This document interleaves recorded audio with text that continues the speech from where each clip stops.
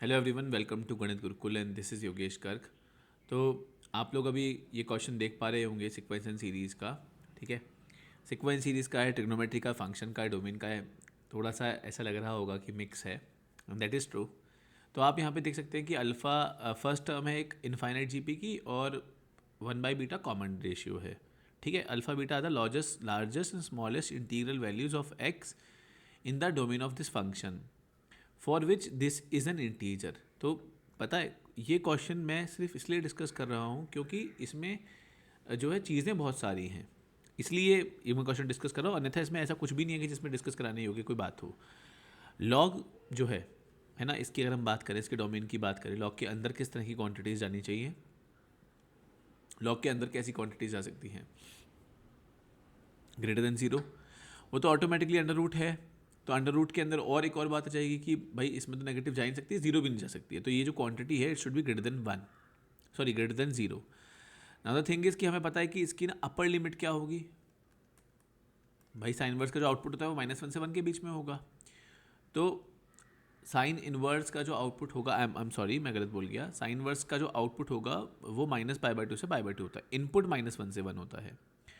तो जो ये क्वांटिटी है, अब ये तो कह दिया कि भाई ये तो ज़ीरो से बड़ी होनी चाहिए, और अपर लिमिट क्या हो जाएगी, इंक्लूडिंग π/2। तो जब आप इसको सॉल्व करेंगे तो x-1/8 जो है, इसकी लोअर लिमिट जो हो जाएगी वो ज़ीरो ही रहेगी, अपर लिमिट कितनी हो जाएगी 1। तो यहाँ से अपने पास x-1 की अपर लिमिट 8 और लोअर लिमिट 0।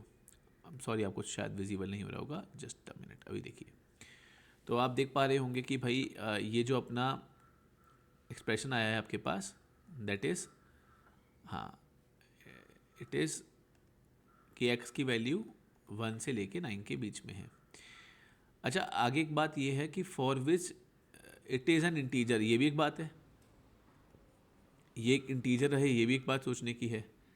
सिर्फ ऐसा नहीं है कि अब जैसे आप यहाँ पे देख पा रहे हैं कि x की इंटीग्रल वैल्यूज आपके पास 2, 3, 4, 5, 6, 7, 8, 9 ये सब हो गई।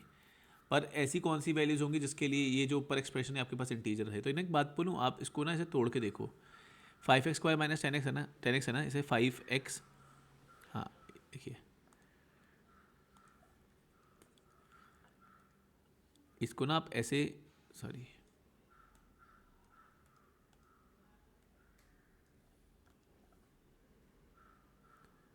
हाँ जी देखिए, जो वो पर एक्सप्रेशन लिखा हुआ है, मैं आपको दिख नहीं रहा होगा, मैं नीचे लिख देता हूँ यहाँ पर। 5x² - 10x प्लस 8/x-2, इसको ना जानबूझ के ऐसे लिखिए, ऊपर वाले टर्म को 5x × x-2, वो दिया ही इसलिए गया है अपॉन x-2 प्लस 8/x-2। तो ना देखिए कि ये तो 5x हो गया, ठीक है। क्लियरली 2 नहीं पुट कर सकते, 2 पुट करोगे तो नीचे 0 बन जाएगा, it will not make any sense, 2 नहीं पुट कर सकते।